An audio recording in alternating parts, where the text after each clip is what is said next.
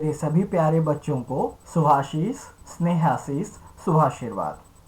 मुझे आशा है कि मेरे सभी बच्चे स्वस्थ होंगे और खुश होंगे। आज हम लोग बोर्ड पे नहीं, आज हम लोग करने जा रहे हैं क्वेश्चंस अपने नए व्यवस्था से, नए अरेंजमेंट के साथ, एक नए एक्सपेरिमेंट के साथ। शायद आपको अच्छा लगे।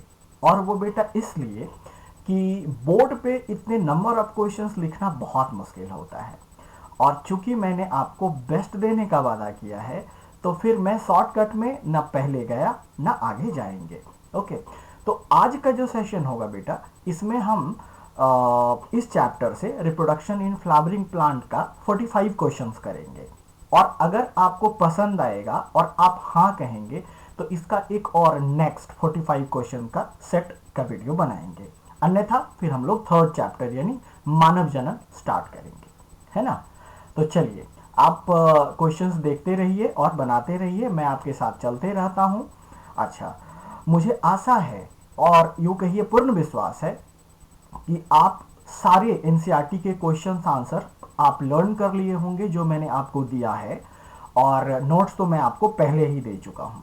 तो ये जो जितने भी क्वेश्चंस बनाएंगे बेटे, जो मैं कहूँगा कॉपी में लिखने के लिए, वो प्लीज़ लिख लेना। ओके, चलिए स्टार्ट करते हैं हम लोग फर्स्ट क्वेश्चन के साथ। कहता है कि ट्रू एम्ब्रायो का निर्माण निम्नलिखित में किसके फ्यूजन का परिणाम है। ट्रू मतलब सच, एम्ब्रायो मतलब भ्रूण। आप याद करें बाबू कि जब आप एपोमिक्सिस यानी असंग जनन पढ़े थे, तो भ्रूण कोष का निर्माण तो उसमें भी हो रहा था, लेकिन क्या उसमें निषेचन हुआ था क्या? बिल्कुल नहीं। तो ट्रू एम्ब्रायो उसी को बोलते हैं जिसमें निषेचन हुआ हो। तो देखिए, ऑप्शन है भ्रूण कोष के दो पोलर न्यूक्लियाई, अंड कोशिका एवं नर युग्मक, सिनर्जिट एवं नर युग्मक एवं एंटीपोडल्स। तो जो मेल और फीमेल गैमीट होगा तो वही है ना। तो ये देखिए फीमेल गैमीट है और ये नर युग्मक है, तो आंसर क्या होगा बेटा? बी। चलिए नेक्स्ट क्वेश्चन करते हैं हम लोग।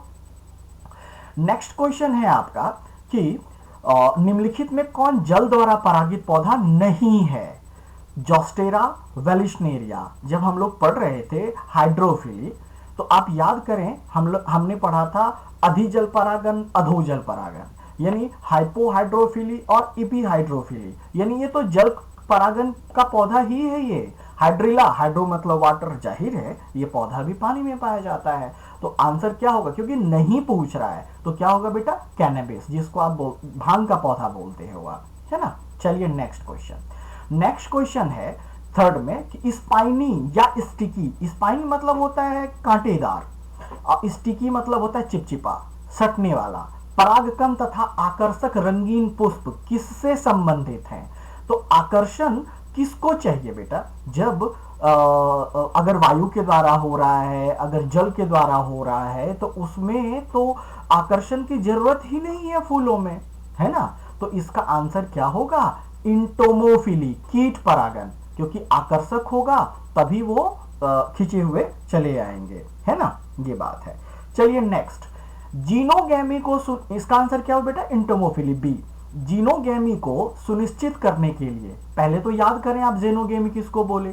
क्रॉस पॉलिनेशन यानी पर परागन के दो नाम और हमने बताया था। कौन कौन? एक एल्लोगेमी, एक जेनोगेमी, है ना। तो पर परागन का दूसरा नाम जेनोगेमी है। को सुनिश्चित करने के लिए नर तथा मादा पुष्प विभिन्न पौधों पर निम्नलिखित में से किसमें पाया जाता है? इसमें से चार ऑप्शन है बेटा, पपीता, लौकी, मक्का और सभी। तो इसमें पपीता होता है, आपको पहले भी बताया था, आपके नोट्स में भी ये लिखा हुआ है। तो इसका आंसर क्या होगा? पपीता। पांचवा, नर युग्मक का अंडाणु केंद्रक के साथ संयोजन को कहते हैं। कह रहा है कि अगर मेल गैमीट और फीमेल गैमीट जब मिलते हैं तो उसको क्या बोलते हैं? तो बेटे उसको तो हम दोनों चीज बोल सकते हैं, जनरेटिव निषेचन भी बोल सकते हैं और सिनगैमी भी बोल सकते हैं। क्यों? क्योंकि जनरेटिव सेल है ना, वो वेजिटेटिव तो है नहीं। वो वेजिटेटिव तो आप उसको बोलते हैं जब युग्मक भाग ही ना ले, है ना। जैसे आपका ध्रुवी केंद्रक था, पोलर न्यूक्लियाई था, वो गैमीट तो नहीं है, तो वो कैसा निषेचन था? वेजिटेटिव। लेकिन यहां क्या कह रहा है? मेल गैमीट और फीमेल गैमीट या केंद्रक के साथ संयोजन को जनरेटिव निषेचन या जनिक निषेचन या और सिनगेमी। तो आंसर क्या होगा बेटा, जो है ए एंड बी दोनों आंसर होगा। चलें 6 पे। कहता है भ्रूणपोषी बीज किसमें पाया जाता है? Endospermic seed. आप याद करें, आपको पढ़ाया था इंडोस्पर्म नॉन इंडोस्पर्म, पता है बेटे। इसमें मैक्सिमम क्वेश्चन आपका पढ़ा हुआ है, आपके नोट्स में भी लिखा हुआ है, और मुझे आशा है कि आप इसमें मैक्सिमम क्वेश्चन खुद भी बना लेंगे। लेकिन मैं ये सुनिश्चित करना चाहता हूं कि मेरे सभी बच्चे कम से कम 90 एमसीक्यूज तो बनाए ही बनाए, है ना, क्योंकि आप बहुत अच्छे हैं, मेरे बच्चे सबसे अच्छे। चलिए, भ्रूणपोषी बीज किस में पाया जाता है? तो भ्रूणपोषी बीज बेटा आप क्या बोले थे कि ऐसे बीज जिसमें भ्रूणपोष पूरा का पूरा उपयोग हो जाए, उसको आपने क्या बोला था? अभ्रूणपोषी बीज। पूछ रहे हैं यहाँ भ्रूणपोषी बीज, तो रेडी अरंडी है, इसमें भी होता है, जौ में भी होता है, नारियल में भी होता है, तो सभी आंसर होगा, डी आंसर होगा। चले नेक्स्ट। निम्नलिखित में कौन सा भ्रूणपोषी बीज नहीं है?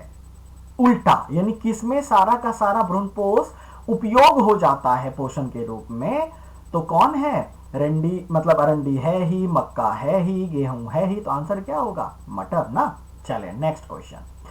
किसी पूर्ण विकसित नर गैमेटोफाइट यानी मेल गैमेटोफाइट, मतलब पॉलन ग्रेन की बात पूछ रहा है, में केंद्रिका की संख्या होती है तो कितने?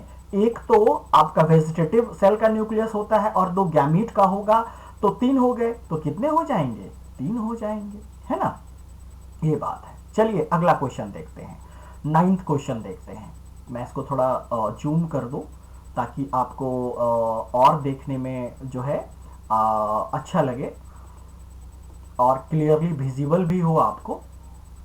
वेट, हाँ चलिए, तो अगला क्वेश्चन है बेटे 9th हमारा कि यदि किसी आवृतबीजी भ्रूणपोषी कोशिका, देखिए कितना बेहतरीन क्वेश्चन है बेटे, बहुत बेहतरीन क्वेश्चन है, और ऐसे क्वेश्चन अब बोर्ड में खूब पूछे जाते हैं, लेकिन मैक्सिमम बच्चे ना या तो छोड़ देते हैं या तो गलत कर जाते हैं। लेकिन चूंकि आप बहुत टैलेंटेड बच्चे हैं मेरे, तो आपको नहीं छोड़ना है। बस एक ही चीज याद रखना है बेटे, क्या आपको बताया था ना, प्लॉइडी गुणसूत्रता, क्या बताया था कि प्लांट पार्ट जितने भी हैं, रूट हैं, स्टेम हैं, लीफ हैं, ये सब के सब क्या हैं? डिप्लॉयड हैं, यानी द्विगुणित हैं, ठीक। अच्छा, और जो फ्लावर के अंदर यानी फूल के अंदर 2 ही चीज हैं जो हैप्लॉयड होते हैं, कौन कौन? एक नर युग्मकोद्भिद और मादा युग्मकोद्भिद के साथ नर युग्मक और मादा युग्मक, है ना। इसको छोड़ करके कोई भी हैप्लॉयड यानी अगुणित नहीं होता है। और त्रिगुणित कौन था बेटे? ट्रिप्लॉयड इंडोस्पर्म भ्रूणपोष। तो अब देखिए अगला क्वेश्चन क्या कहता है। कहता है कि यदि किसी आवृतबीजी भ्रूणपोषी कोशिका में, यानी इंडोस्पर्म कोशिका की बात पूछ रहा है, कि 24 गुणसूत्र हो, हाँ, यानी इंडोस्पर्म क्या होता है? त्रिगुणित यानी 3n, तो 3n का वैल्यू हमको क्या दे रहा है? 24, यानी 3n इज इक्वल टू 24। तब आगे देखिए, तो उसके मूल यानी रूट के प्रत्येक कोशिका में गुणसूत्रों की संख्या क्या होगी? मूल यानी डिप्लॉयड होता है। अरे भाई अभी ना बताया। तो अगर आपको 3n इज इक्वल टू 24 है तो आप n नहीं निकाल पाओगे। n इज इक्वल टू 24/3, तो n कितना निकल गया आपका? 8। अच्छा, 8 निकल गया।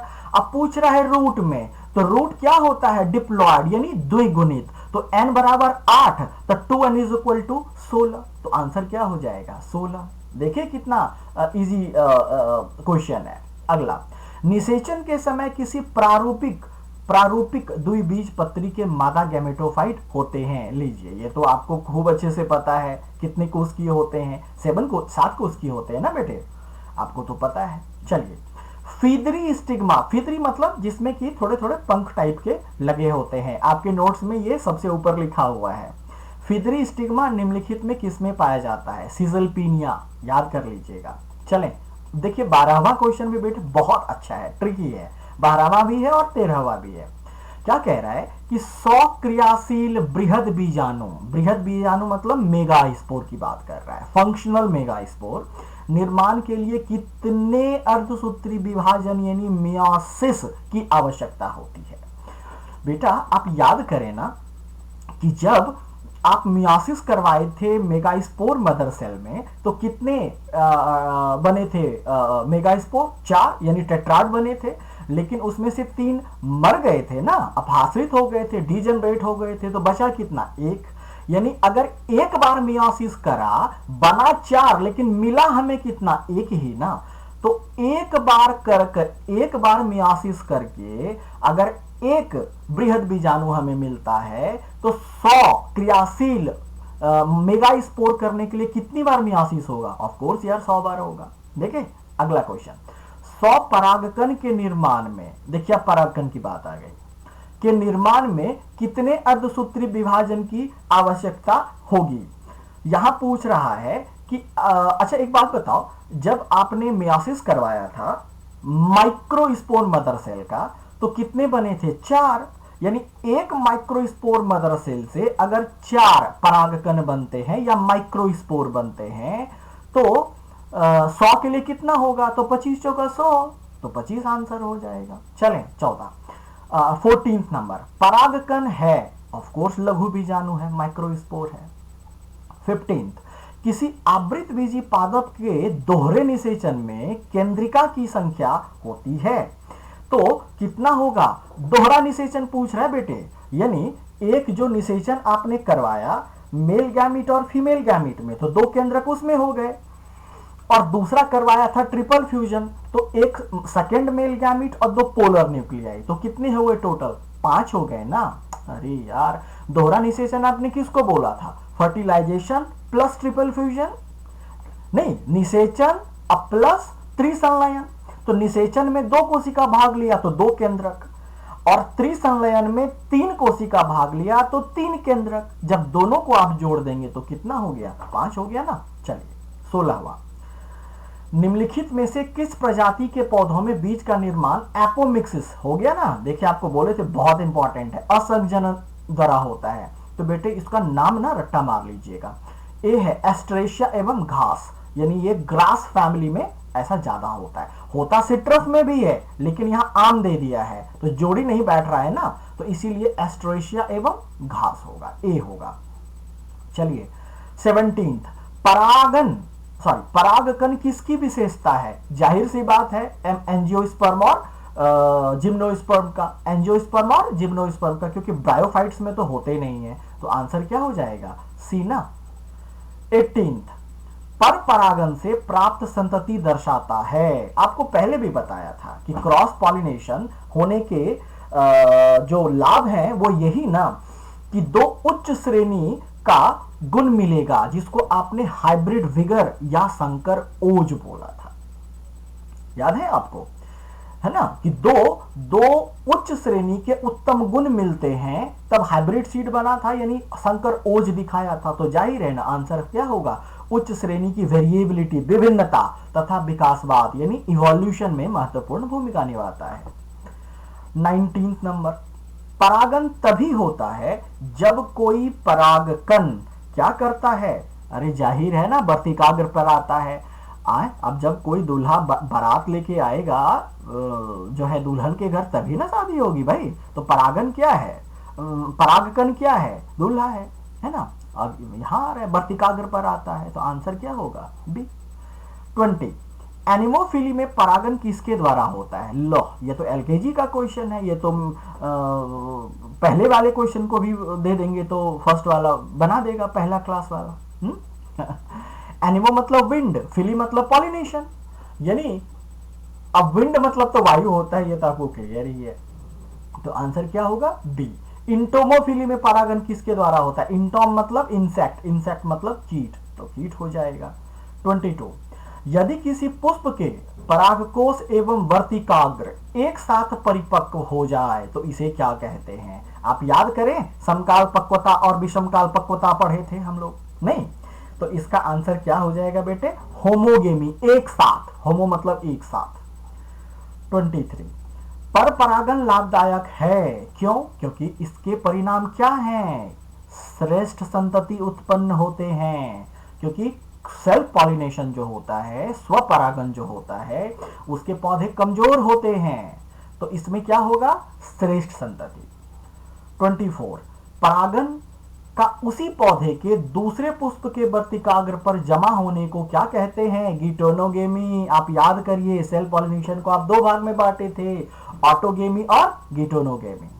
तो ये आंसर क्या हो गया बेटा? गिटोनोगेमी। 24 हो गया। चलिए 25 पे। 25 कहता है कि यदि किसी पुष्प के परागकोश यानी एंथर एवं स्टिग्मा विभिन्न समय में परिपक्व, समकाल पक्वता नहीं है, ये विषम काल पक्वता है ये, तो आंसर क्या होगा? डाइकोगेमी, बी वाला होगा।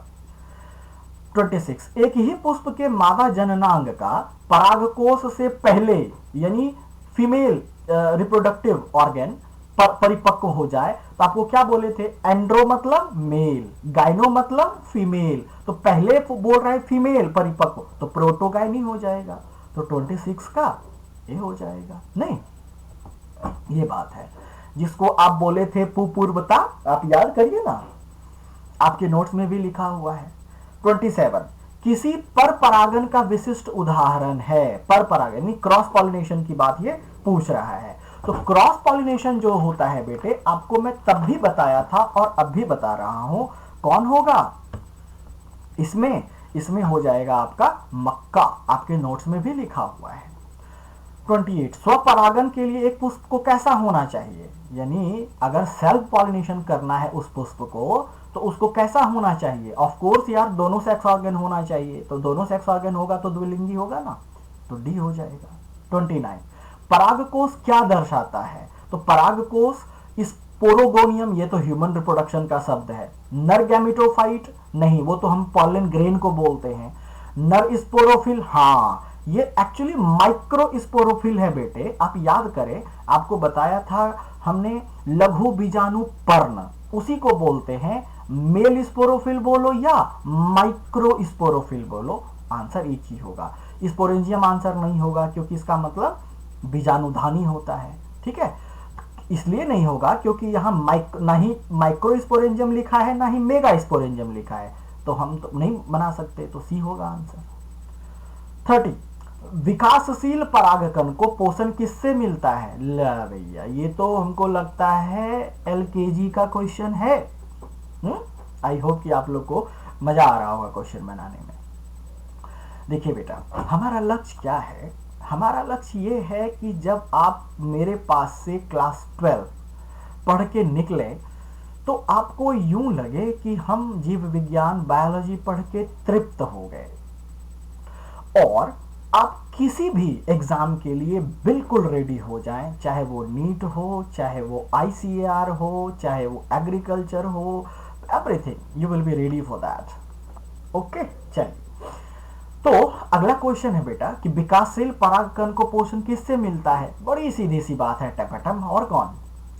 परागकण हरा नहीं होता। अरे क्यों होगा? उसको उसमें तो जो है प्लास्टिड होते ही नहीं है ना, क्लोरोप्लास्ट तो होते ही नहीं है, क्लोरोप्लास्ट तो पत्ती में होता है, इसीलिए तो इसमें हरित लवक नहीं होते, आंसर ए होगा। चले अगला क्वेश्चन, ये भी अच्छा ट्रिकी क्वेश्चन है। 32 यदि किसी परागकोश में 4 स्पोरोजीनस कोशिका हो, यानी जिसको आप बीजाणुक कोशिका बोलते हो, जो माइक्रोस्पोर बनाता है, तो परागकण की संख्या कितनी होगी? अरे भाई, एक स्पोरोजीनस सेल 4 परागकण बनाता है, तो 4 कितना बनाएगा बताओ? ये एलकेजी वाला बनाएगा कि नहीं? तो आंसर क्या हो जाएगा? सी। चले, किसी परागकण में प्लॉइडी, आपको बताया था ना, हमेशा प्लॉइडी परागकण की बात जहां आ जाए हमेशा हैप्लॉइड होगा। यानी क्या होगा बेटे? इसमें अगुणित, सी होगा। 34 परागकण एम्ब्रायो सैक से जिस प्रकार संबंधित है उसी प्रकार, तो परागकण क्या है हमारा? मेल गैमेटोफाइट है। एम्ब्रायो सैक क्या है? फीमेल गैमेटोफाइट है। यानी परागकण हमारा नर युग्मकोद्भिद हो गया और एम्ब्रायो सैक हमारा मादा युग्मकोद्भिद हो गया। तो ये देखो, नर गैमेटोफाइट एवं मादा गैमेटोफाइट नहीं। चलिए 35 क्या कहता है कि 1000 परागकण से कितने पराग मातृ कोशिका का निर्माण होगा। एक्चुअली बेटा इस क्वेश्चन को छपने में ये उलट गया है, वैसे क्वेश्चन ये होना नहीं चाहिए था। हाँ, ये हो सकता था इसको ऐसे पूछता कि जैसे एक पराग मातृ कोशिका से कितने परागकण बनते हैं। तो चलो हम भी जोड़ लेंगे। अब देख बेटा, एक पराग मातृ कोशिका यानी पॉलन मदर सेल या माइक्रोस्पोर मदर सेल से 4 परागकण बनते हैं बेटा, नहीं। तो अगर आप जोड़ लीजिए इसमें कि 1000 पूछ रहा है, 1 से 4 बनेगा, तो 250 को 4 से गुना करेंगे तो कितना हो जाएगा, 1000 हो जाएगा ना। हालांकि क्वेश्चन उल्टा है, बट इट्स ओके। 36, किसी पराग कोश के यानी एंथर के पोलन सैक में माइक्रोस्पोर मदर सेल की संख्या होती है। यह भी क्वेश्चन मिस्टेक दिया है, क्योंकि यहां देखो प्लॉइडी दे दिया, यहां संख्या पूछ रहा है, तो प्लॉइडी पूछना चाहिए था। बट हमें तो पता है कि microspore mother cell, mother word आ गया, इसका मतलब वो हमेशा डिप्लॉयड होगा यानी द्विगुणित होगा। तो कौन सा आंसर होगा बेटा, ए। 37, परागकण के साथ पराग नलिका प्रदर्शित करता है। परागकण के साथ यानी पॉलन ग्रेन के साथ जो पॉलन ट्यूब निकलता है, तो वो क्या हो गया, आपको क्या बताए थे कि एक परागकण को हम नर युग्मकोद्भिद तब तक नहीं बोलेंगे जब तक कि उसके अंदर का जनन कोशिका समसूत्री विभाजन करके 2 बना ले, और जब तक कि उसका कायिक कोशिका पराग नलिका न बना ले, है ना। तो अब आपको तो मैं सब कुछ समझा चुका हूं कि पराग नलिका प्रदर्शित करेगा तो उसको हम क्या बोलेंगे बेटा, मेल गैमेटोफाइट ना, यानी ये देखो नर गैमेटोफाइट, एक ही बात हुआ। किसी परिपक्व परागकण में कितने न्यूक्लियाई होते हैं, 2 होते हैं, एक जनरेटिव सेल, एक वेजिटेटिव सेल। तो एक न्यूक्लियस कायिक कोशिका में, एक न्यूक्लियस जनन कोशिका में। 39, परागकण पीले वर्ण के होते हैं क्योंकि इसमें मौजूद होते हैं। बेटा ये तो कैरोटिनॉइड्स आपके नोट्स में लिखा हुआ है, वैसे फ्लेवोनॉइड्स भी लिखा हुआ है, बट आप फिर से एक बार इस पॉइंट को लिख लीजिएगा नोट्स में, बहुत इंपॉर्टेंट है और याद कर लीजिएगा इसको। क्योंकि परागकण का जो पीला रंग होता है बेटा, उसमें क्लोरोप्लास्ट तो होता नहीं है, तो पीला, इसमें पिगमेंट वर्णक होता है। कौन वर्णक, तो फ्लेवोनॉइड्स और कैरोटिनॉइड्स, ये याद कर लीजिएगा। परागकण का कोशिका द्रव्य साइटोप्लाज्म किसमें धनी होता है, तो उसमें स्टार्च होते हैं यानी मंड होता है, सॉरी उसमें वसा होता है और स्टार्च होता है, फैट और स्टार्च, ये ए होगा। 41, पर परागन स्वपरागन से अच्छा होता है, क्यों, अरे भाई अभी तो बताया आगे क्या, कि बेहतर नवीन व्यष्टियां उत्पन्न होती है, नया और उच्च श्रेणी के पॉपुलेशन बनते हैं इसमें, तो ए होगा, है ना। 41 हो गया। 42, वायु परागन किस में होता है, साल्विया में, अरे नहीं साल्विया में तो कीट परागन होता है। बी, वेलिश्नेरिया में, नहीं इसमें तो हाइड्रोफिली होता है। नारियल कोकोनट, इसमें क्या होता है, हाँ इसमें होता है। और बॉटल ब्रश तो आपका ऑर्निथोफिली था, पक्षी परागन था, तो आंसर क्या होगा, कोकोनट। 43, परागकणों लघु बीजाणु के उत्पन्न होने में लघु बीजाणु मातृ कोशिका में कितने बार माइटोसिस और कितने बार मियोसिस होता है, आप याद कर लीजिए बेटा। उसमें एक बार अर्धसूत्री विभाजन हुआ था पहले, तब गैमीट बन गया था, और फिर तब जाकर के समसूत्री विभाजन करके वो हमारा पॉलन ग्रेन बन गया था। तो एक अर्धसूत्री एक समसूत्री। 44, निम्नलिखित में से कौन सा परागकण के वर्तिकाग्र पर शुरू में परागन में मदद करता है, बेटे इसको प्लीज नोट कर लीजिएगा आप, है ना, ये हमारे नोट्स में नहीं है। इसमें शुरू में जब वर्तिकाग्र रिसेप्टिव होता है ना बेटा, क्रियाशील होने लग जाता है, जब परागकण उस पे आता है और वो पहचानता है, तो वहां पे कैल्शियम आयन, ये कैल्शियम आयन बी नंबर उसको मदद करता है एक्टिव होने में, क्रियाशील होने में। चलिए आज का लास्ट क्वेश्चन करते हैं। परागकण में मौजूद ऑक्सिन, फाइटो हार्मोन, पादप हार्मोन है, ये ऑक्सिन लिखा हुआ है नोट्स में, किसके वृद्धि में मदद करता है, तो पराग नलिका जब निकलता है तब मदद करता है, और जब निषेचन के दौरान जब हो जाता है तो ओवरी को फ्रूट बनने में मदद करता है, यानी अंडाशय। पराग नली एवं अंडाशय। तो आज हम 45 क्वेश्चन का सेट करेंगे। अगर आपको अच्छा लगा होगा तब हम नेक्स्ट सेट एक और बनाएंगे 45 क्वेश्चंस का, और अगर नहीं तो फिर हम लोग नेक्स्ट चैप्टर, थर्ड चैप्टर हम लोग ह्यूमन रिप्रोडक्शन का स्टार्ट करेंगे। ओके बेटा, तो आई होप कि आप सभी क्वेश्चंस आप समझ गए होंगे। ओके, तो आज बस के लिए इतना ही। Thank you so much.